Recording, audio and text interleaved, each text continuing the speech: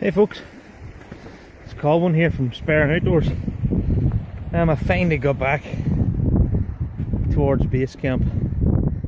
It's literally 8 o'clock in the morning. It's going to take me 10 or 15 minutes to get up to Basecamp. And I have to leave at 10, so we don't have a while long time up here. Literally going to go and check the squirrel feeder to see what nuts the squirrels have taken, if they've taken any, but I'm pretty confident they will have taken something. And if I can get anything done in the base camp, I will.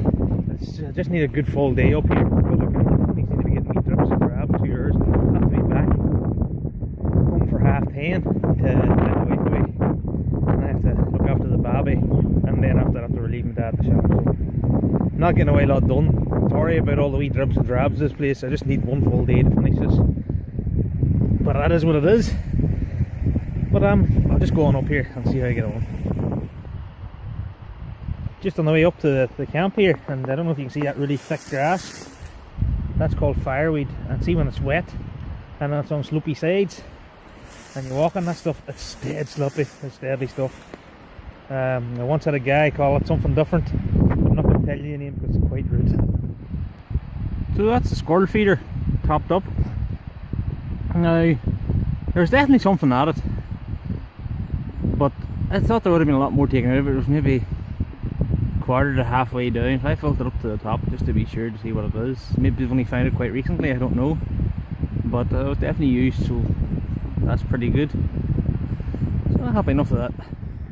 So pretty dark, but I'm in at the site and definitely nobody's been here, and I haven't been here a couple of weeks. See, the all still there, everything hasn't been touched, which is great, so that's good. I heard a strange one that this morning, which I'm really disappointed by, because I was wishing for heavy snow. It's been really strange this year for snow, because last year we had really good snow, and when you get good snow in Ireland, especially higher places where we live, it hangs about anything between a couple of weeks and a month, so you can have good fun on it.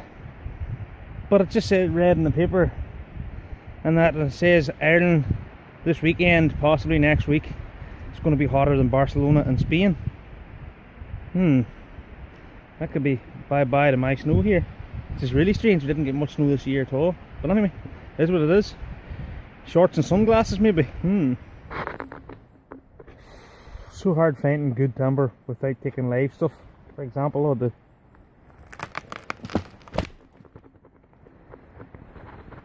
absolutely rotten. Trying to find that happy medium between something that's just died, that's still strong enough for me to use, rather than completely rotten. But we'll just keep searching here. This takes up a lot of time, you don't actually get a lot done, but we'll keep hunting. That's another wee bit done. I think I've got enough on that there platform that I needed, so I found enough that I think we'll be happy enough with that. Now all I had to do is just see here, put in another strut, and that's just, again, if I want to put a tarp on it, I'll hold the tarp in, but I'm actually thinking I'm just going to naturally cover it with, you know, somehow, you see there, just take some live tree branches off some of these pine trees and then weave it into the sides. Again, I'm only taking bits and pieces of each tree. I'm not going to strip a whole tree, so I'll just be taking bits and pieces to fill out this thing, but we're not near that part yet. But anyway, so that's why that struts in. I might put a couple more in, and then maybe some crossbars going across, and maybe a diagonal, I don't know. It's just something I can weave through to give me a waterproof outer shell, I suppose. The other thing is there, I cut these bars. I try to set this, you see, I set that from there to there, and I just want to make sure if these all cut that they're within the tripod legs. So, and that's all that there's about, and I'll do that on each side. I was actually thinking of putting a nice slant cut along these, but if I do that, that means I have to cut both ends. But if I do it this way, I won't have to cut one end square, which just makes it a lot easier, just makes more sense. Again, this is bushcraft, it's not joinery. If I want to do joinery, I'll make it perfect. This just has to be practical, strong and watertight, comfortable. Doesn't have to be dovetail joints or perfect 30-degree angle cuts or whatever. This is all about, I haven't measured any of this, this has all been used, just eye work. And that's what I think essentially what bushcraft is. A lot of people have asked me why am I not measuring it and why am I not using rod, hammer and nail. Again, in my opinion, that's not really bushcraft. That's when you're going into more of the likes of what I used to do, which is joinery. And you know what, if I was using hammer and nails, this would be a lot easier.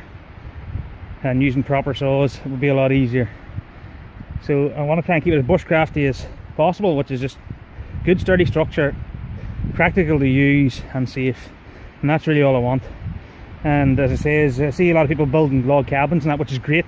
That's slightly different. It is sort of bushcraft, but it's sort of joinery, sort of mixed into one. Well, I'm just sort of purely just doing bushcraft and natural sisal and natural knots and no nails or nothing like that. But it would be an ambition in the future, build a wee log cabin and, well, a proper roof and all on it.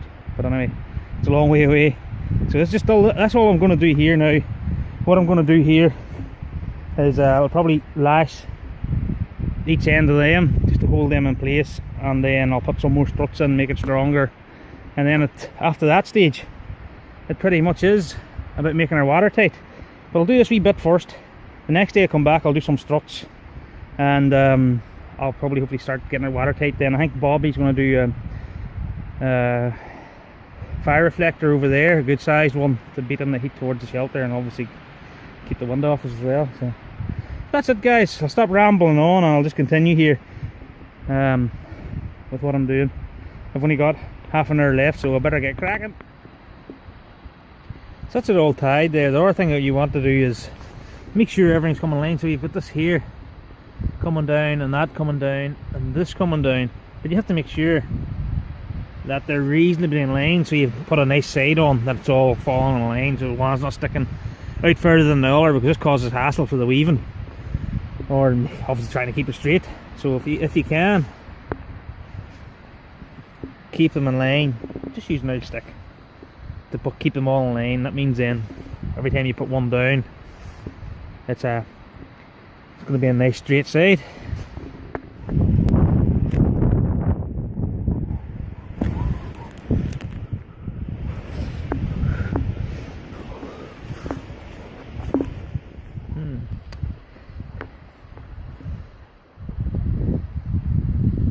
Bit of a river crossing to do here. It's not that wide bad, it's quite shallow. Yeah, see all the scrambler tracks up here where I'm going. I don't want to show where the area is at, but up here where I'm going, they've actually broke down the fence where they can get the bikes in and out in this particular forest, which is quite sad, because there's lots of places in our area where you can use scramblers, and we have one of the best. Believe it or not, scrambler tracks, probably within the UK, to hold the British Championships and that. And the track outside Desert Martin, which is not too far away from here. But no, they've just tore down here. There, as you can see, this is mild. There's some parts far worse than this, but tore down the fence to get in here, and they're destroying a perfectly good walking track. But anyway, it is what it is. The last day we were up here, we seen a few of the guys, and they seen me and Bobby, and they actually scampered because they knew they shouldn't be at it. But anyway, it is what it is. Hey guys, I'm just back at home here, and I'm going to do this tag. And the tag is the 3 luxury items that you would take on the trail, or that you deem would be luxury items that you would want to bring with you or whatever. And really, when I'm out on adventures, whatever, everything I carry is necessary. And especially when you're on the mountain, you're taking groups out, you have to carry the right gear. So, or if I'm going bushcraft again, you take the right gear for what you need. So generally everything I carry is necessary, but sometimes you can carry things that you would deem as luxury items. And my biggest number 1 luxury item that I would come with me every now and then would be a little bit of whiskey. Not necessary thing that you would need to bring with you, but it's nothing better than having a wee nagging of whiskey around a campfire, or the end of a hard day's hill walk, or the top of a summit just to celebrate. It's always nice to have a wee drop of whiskey. So that would be number 1. The other 2 items that would really be the only item that would be a luxury item. The other 2 aren't really luxury items. They're things that I would love to bring with me all the time, but I can't, because of depending where I'm going and what I'm doing. Is my wee dog Pepper. She just wouldn't survive a hill walking expedition. would wreck her. So she only gets out here and then around bushcraft, and that she'll get out. So I would say my dog would be my second luxury item if I could take her, and the third item would be my new ba. It's obviously not possible to take Searla with me and everything I do because she's still quite young and she can't go places. I suppose even where the bushcraft site is, where I was at today, it's a difficult wee place to get at, and it wouldn't be worth taking her up there quite yet. So yeah, that's my 3 items. It's only a fun tag again, and I was tagged by Clayonthetrial, which I'm going to show you now. Go check out his channel. Great fella, and thanks for the tag.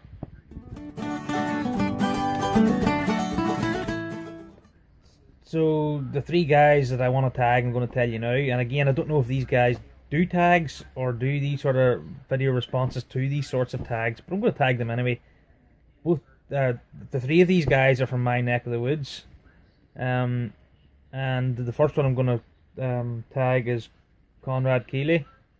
Now he does a lot of hill walking and things like that, and you'll notice a lot of the places he's been is quite similar to some of the places I've been. That's because they are the same places. He lives in a place not that well far away from me, and so the Sperrins are his playground as well. So yeah, go check out him, nice fella. And the next guy I'm going to tag is a Jerry McVeigh. Again, you'll notice a lot of the places you've seen before again, because I've been to a lot of these places, and again, the Sperrins are his local mountains. And yeah, you notice all the places he's been, and a great hill walker as well. He does a wee bit further outreach across Ireland than I do at the minute, but there's just time. But he's some brilliant videos, and they're well edited and put together, and so is Conrad's. Both of them are far better than mine at editing. And the last guy is another guy from our neck of the woods, is VR Bushcraft. VR Bushcraft Adventures, obviously. He's a bushcrafter, and he's building up a good camp, a good base camp there at the minute. So go check all 3 of these guys out. Now, I don't expect the 3 guys to do a VR response, but if they want to, they can. It's maybe a wee fun tag. But if they don't, anyway, just go check them guys out and give them a sub, and give Clayonthetrial a sub, the guy who tagged me in this. And if you liked what you've seen here, again, there's a lot of talking on this, little action. I know, I just like talking, that's how it is. But no, it's just one of these videos where there's not really much to show you or do. But anyway, that's that tag done. Thanks for watching. Give me a subscribe, give me a thumbs up, and that's it guys. Thanks for watching.